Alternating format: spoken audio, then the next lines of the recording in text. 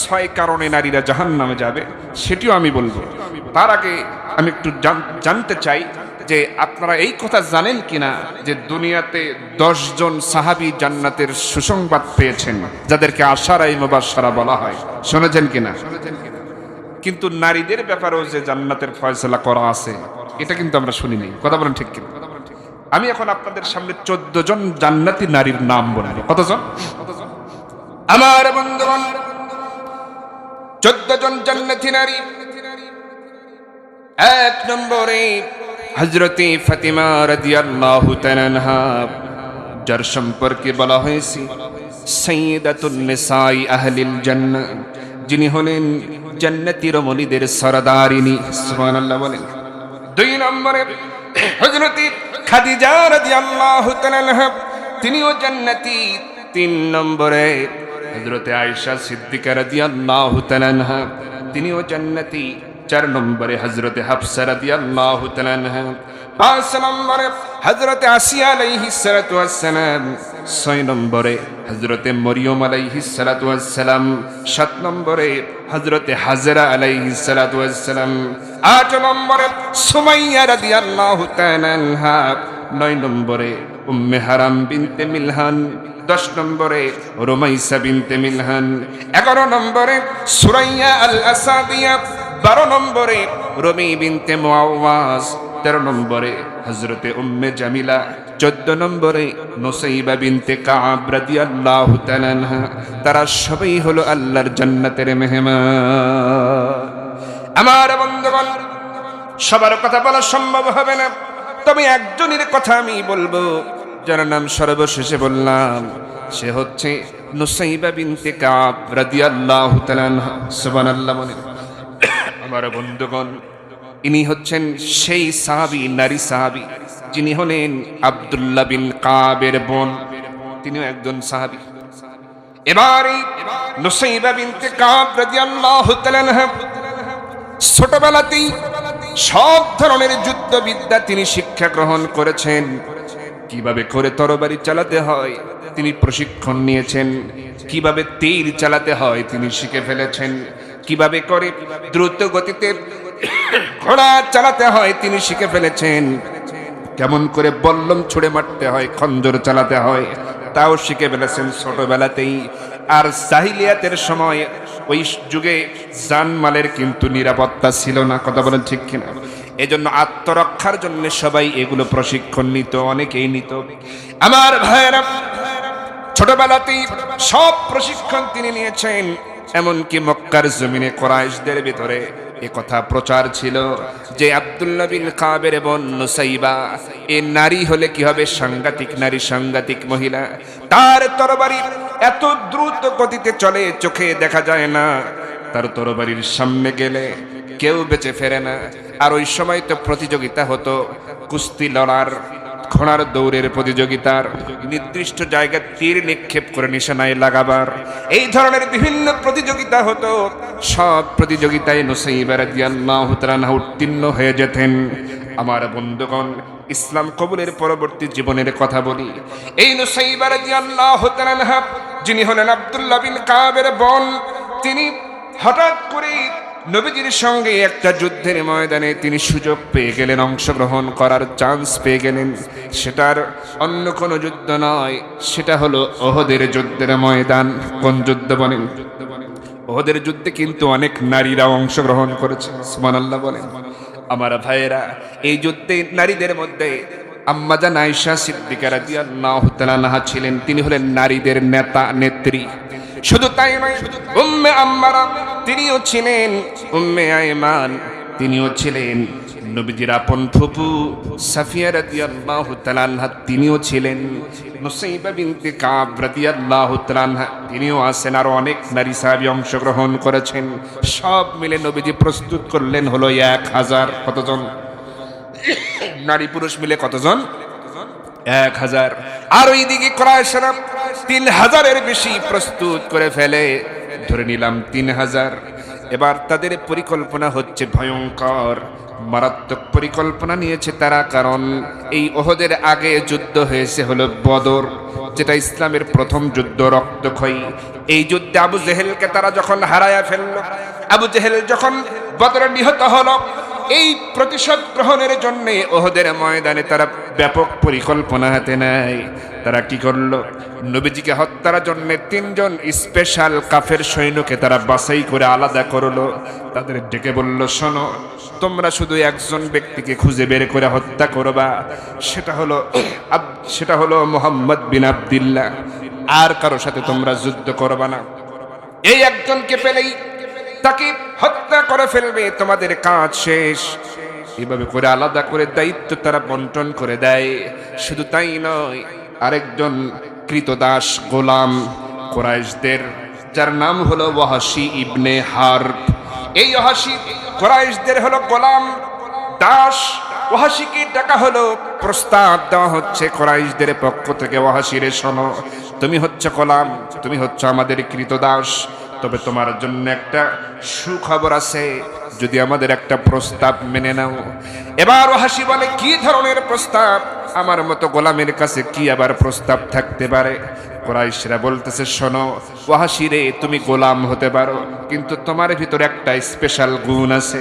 সেটা হলো, তুমি যদি অনেক দূরে লক্ষ্য করে যদি বল্লম ছড়ে মারো, তাহলে সেই বল্লম নিশানা মোতাবেক, জায়গা মোতাবেক লেগে যায়, মিস হয় না। এই গুণটা তুমি ছাড়া অন্য কারোর মধ্যে নাই বললেই চলে। সুতরাং তোমাকে একটা দায়িত্ব দেব, সেটা হলো এই ওহদের ময়দানে তুমি একজনকে যদি হত্যা করতে পারো, অন্য কাউকে না, শুধু একজন ব্যক্তিকে হত্যা করবা, তাহলে তোমার গোলাম হয়ে থাকা লাগবে না, তুমি আজাদ হয়ে যাবে, তোমাকে মুক্ত করে দেব, স্বাধীন করে দেব, সাথে তোমাকে ধনাঢ্য বানায়া দেব। এইভাবে করে তাকে প্রস্তাব দেওয়া হচ্ছে। আর বলা হচ্ছে, শোনো রে ওয়াহশী, তোমার এই গুণ হলো তুমি এইভাবে করে দূর থেকে বল্লম ছড়ে তুমি মারতে পারো, মিস হয় না। সুতরাং তুমি যাকে হত্যা করবে সে আর কেউ নয়, সে হচ্ছে মুহাম্মদ বিন আব্দুল্লাহর আপন চাচা আমির হামজা। এই আমির হামজা লম্বা মানুষ, তুমি দেখবে সহজেই তাকে খুঁজে পাবে। কারণ হলো, যখন যুদ্ধের ময়দানে যুদ্ধ চলবে, সবার মাথার উপর দিয়ে বুক পর্যন্ত অন্তত মাথার উপর দিয়ে থাকবে, ওটাই হলো আমির হামজা, লম্বা মানুষ। তুমি সবার মাথার উপর দিয়ে যদি নিশানা করে মারো, তাহলে বুকটা ভেদ করে, তার বুকটা ভেদ করে তোমার বল্লমটা বের হয়ে যাবে। এই জন্য আমরা পরামর্শ করেছি, তুমি যদি দায়িত্বটা পালন করো রে ওয়াহশী, তাহলে তোমার আজাদ, তোমার গোলাম হয়ে আর কোনোদিন থাকা লাগবে না, তোমাকে মুক্ত করে দেব, স্বাধীন করে দেব। এবার এই সুযোগ ওয়াহশী আর হাতছাড়া করে নাই। সে বলতেছে, তাহলে যদি তাই হয়, একজনকে হত্যার বিনিময়ে যদি আমি স্বাধীন হতে পারি, আমার গোলামি জিন্দেগির অবসান হয়, আবার স্বর্ণ মুদ্রা পেয়ে যাই, ধনাঢ্য হয়ে যাই, তাহলে কেন আমি হাতছাড়া করব? এইবার সে বল্লম এবং খঞ্জর হাতের মধ্যে তুলে নেয় হযরত আমির হামজাকে হত্যা করার জন্যে। এইভাবে করে বিভিন্ন জনকে বিভিন্ন দায়িত্ব তারা বন্টন করে দেয় কুরাইশরা। উদ্দেশ্য হলো, এই যুদ্ধে তাদের বিজয় আনাই লাগবে, নবীজিকে হত্যা করাই লাগবে। শুধু তাই নয়, এই যুদ্ধের ময়দানে কুরাইশরা 3000 সৈন্য অবস্থান যখন ওই ওহদের ময়দান পর্যন্ত এসেছে, তারা কিন্তু সম্পূর্ণ এই সৈন্যদেরকে হাজির করে নাই। অর্ধেক সৈন্য তারা পাহাড়ের আড়ালে তারা লুকায়া রাখলো। আমার ভাইরা বলেন তো, 3000-এর অর্ধেক কত হয়? 1500 জনকে তারা লুকায়া রাখলো, পাহাড়ের আড়ালে রিজার্ভে রেখে দিল, আর বাকি 1500 ময়দানে হাজির করলো। আর আমার নবীজির সঙ্গে নারী পুরুষ কতজন যেন এসেছেন? 1000-এর মধ্যে, জানেন আপনারা, জানা ঘটনা বলবো না, 300 জন মুনাফিক কিন্তু এই যুদ্ধে পালায়া গেছিল। কথা বলেন ঠিক কিনা? যারা কিন্তু নবীজির সঙ্গে থেকেছে, নামাজ পড়েছে, রোজা করেছে, সব কিছু করেছে, দান সদকা করেছে, এই ধরনের মুসলমান 300 জন পালায়া গেল। আমার দেশে মনে হয় এই জাতীয় মুসলমান নাই। নামাজ পড়ে, রোজা রাখে, দান করে, হজ করে, কপালে দাগ পড়ে গেছে, কিন্তু নবীজির আন্দোলনের বিরোধিতা করে, ইসলাম কায়েম হোক এটা চায় না। এরা হলো ওই মুনাফিকদের দলের লোক। আমার ভাইরা, কবরে যদি যেতে চান, সেইভাবেই যেতে হবে। ওই যে বিসমিল্লাহি ওয়া আলা মিল্লাতি রাসূলিল্লাহ, এই দোয়া মিথ্যা, আদর্শ মেনে মিথ্যা কথা বলে আপনাকে দলে উঠায়া দেওয়া হবে, এইটা কি আমরা চাই নাকি? রাসূলের আদর্শ মেনেই যেতে চাই। আমার বন্ধুগণ, সেই মুনাফিকরা 300 জন যখন পালিয়ে গেল, নবীজি সেদিন বাচ্চা ছেলের মতো ডুকরে ডুকরে কাঁদতেছিলেন। আহারে, এরাই মুনাফিক ছিল, আমি বুঝতে পারি নাই। আমার সামনে পেছনে থেকেছে, আহারে কতই না সুন্দর করে আচরণ করেছে আমার সাথে, অথচ এরাই মুনাফিক। নবীজি তাদের জন্য আফসোস করে কাঁদতেছিলেন। হঠাৎ করে সাহাবীদের মধ্যে বলাবলি শুরু হয়ে গেছে। আহারে, শুনেছি তারা 3000-এর বেশি, আমরা এসেছিলাম 1000, এর মধ্যে আবার অনেকে নারী। 300 জন পালায়া গেল, এখন আমরা কিভাবে যুদ্ধ করব? যারা একটু দুর্বল ইমানের মুসলমান তারা এটা বলতে শুরু করলো। সাহাবীদের মধ্যে 2-4 জন যারা এইরকম কথা বলতেছে, নবীজির কান পর্যন্ত এসে যায়। নবীজি বলতেছেন, সাহাবীরা রে শোনো, ও সাহাবীরা জেনে রেখে দিও, 300 জন পালিয়ে গেছে ময়দান ছেড়ে মুনাফিকরা, এজন্য আমি কাঁদতেছি না। আমাদের সংখ্যা কমে গেছে, এজন্য আমি কাঁদতেছি না, আমি তাদের পরিণতির কথা ভেবে কাঁদতেছি। আর এরা আমার সাথে এইভাবে থেকেছে আর এই আচরণ করলো যুদ্ধের ময়দানে। শোনো সাহাবীরা, তোমরা যদি এই উহুদের ময়দানে কেউ যদি তোমরা না যাও, আমি নবী মুহাম্মদুর রাসূলুল্লাহ একাই তরবারি নিয়ে উহুদের ময়দানে দাঁড়িয়ে যাব। আমার ভাইরা সবাই ভুল বুঝতে পারলেন, ক্ষমা চাইলেন, ইয়া রাসূলুল্লাহ আমাদের কথা উঠায় নিলাম, আপনার চতুর্পার্শ্বে থেকে প্রাণপণে আমরা লড়াই করে যাব। এবার নবীজি বললেন, তাহলে তাবু গাড়ো।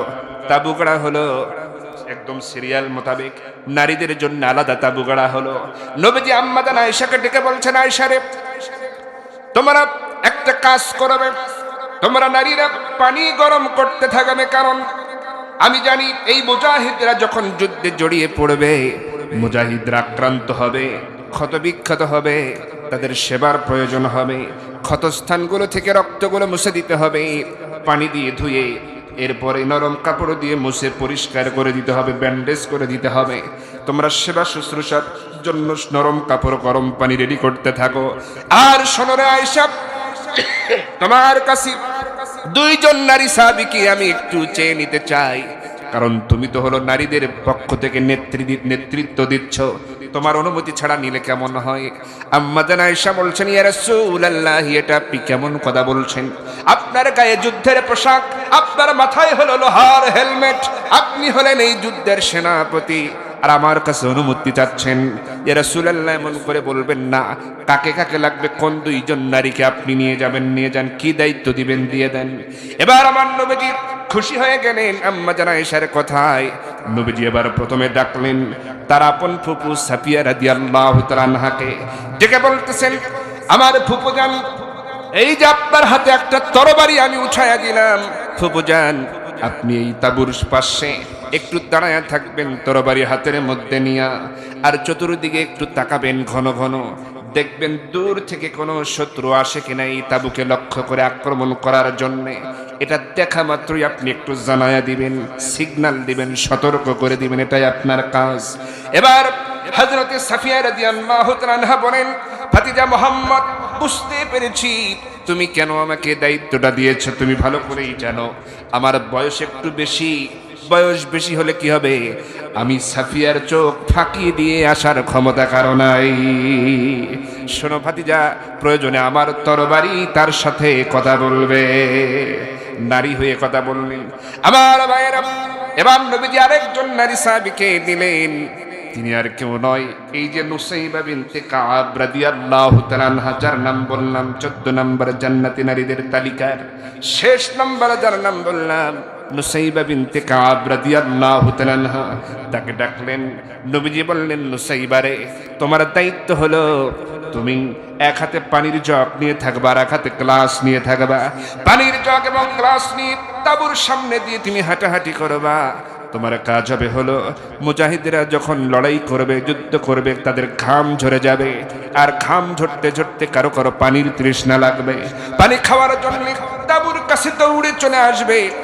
পানি খেতে যেন দেরি না হয়, পানি যেন খুঁজতে না হয়, তুমি এজন্য রেডি হয়ে থাকবে। আসা মাত্রই মুজাহিদকে পানি ঢেলে দেবে। পানি খেয়ে আবার মুজাহিদ ভাই যুদ্ধে চলে যাবে। এই দায়িত্ব কি তুমি পালন করতে পারবে নাকি রে নুসাইবা? হযরত নুসাইবা বিনতে কাব রাদিয়াল্লাহু তাআলা আনহা বলছেন, ইয়া রাসূলুল্লাহ, অবশ্যই আমি পারবো, আপনার এই দায়িত্ব আমি অবশ্যই ঠিকভাবে পালন করে যাব। যুদ্ধ শুরু হয়ে গেল। আপনারা জানেন এই উহুদের ময়দানের যুদ্ধ প্রথম পর্যায়ে মুসলমানেরা প্রথম দিকে বিজয় অর্জন করেছিল, এমন একটা অবস্থা তৈরি হয়ে যায়। কিন্তু একজন সাহাবীর একটা ভুল করার কারণে মুসলমানেরা একে একে শহীদ হতে থাকে। সেটা হলো ওই যে হযরত আব্দুল্লাহ বিন জুবাইরের নেতৃত্বে যে 50 জন তীরন্দাজকে নবীজি ওই উহুদে ঢোকার একটা গোপন রাস্তা গিরিপথ যাকে বলা হয়, নবীজি দায়িত্ব দিয়েছিলেন এটা নিরাপত্তা দিবে, কেউ যেন বাহির থেকে প্রবেশ করতে না পারে। যুদ্ধ শেষ না হওয়া পর্যন্ত এই গিরিপথ যেন ছেড়ে দিও না। হযরত আব্দুল্লাহ বিন জুবাইর রাদিয়াল্লাহু তাআলা আনহু দেখলেন আমরাই তো এই ময়দানে, যুদ্ধের ময়দানে বিজয় অর্জন করতেছি, কারণ ইতিমধ্যেই কাফেররা ঢাল তরবারি ফেলে দিয়ে তারা পালিয়ে যাচ্ছে। এই জন্য সে তিনি ভাবলেন খামোখার এখানে সময় নষ্ট করে কি লাভ। এই জন্য 50 জন তীরন্দাজকে ডেকে বলছেন, ও রাসূলের সাহাবীরা, আর নিরাপত্তা দেওয়ার প্রয়োজন নাই, এই গোপন রাস্তা চলে আসো, আমরাই ময়দান দখল করে নিয়েছি। সবাই পালিয়ে যাচ্ছে। এবার তার কথা শুনে সবাই চলে আসলো, গিরিপথ ফাঁকা হয়ে গেল। কিন্তু কুরাইশদের ওই যে অর্ধেক বাহিনীর অর্ধেক সৈন্য পাহাড়ের আড়ালে লুকায়া ছিল, মনে আছে কিনা আপনার? পাহাড়ের আড়ালে লুকায়া ছিল। এরা আর এই সুযোগটা পেয়ে আর হাতছাড়া করে নাই।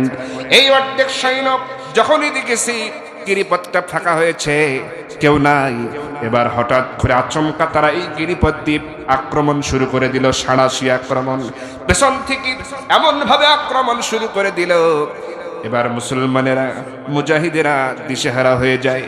একে একে তারা শহীদ হতে থাকে। মুহূর্তের মধ্যেই 1 জন 2 জন 3 জন 5 জন 7 জন 10 জন 15 জন 20 জন এইভাবে করে শহীদ হতেছে। শহীদ হওয়া বন্ধ নাই। নবীজির নজরে এই দৃশ্য পড়ে গেল। নবীজি দেখলেন দূর থেকে, আহারে ময়দানের অবস্থা তো ভালো ছিল, এখন তো উল্টা হয়ে গেল। কি হয়ে গেল না জানি। আব্দুল্লাহ বিন জুবাইর মনে হয় গিরিপথটা ছেড়ে দিয়েছে। শেষ পর্যন্ত এখনো যুদ্ধের ফলাফল পাওয়া যায় নাই। তার আগেই আব্দুল্লাহ বিন জুবাইর মনে হয় গিরিপথটা ছেড়ে দিয়েছে, আর অতর্কিত আক্রমণ করা হয়েছে।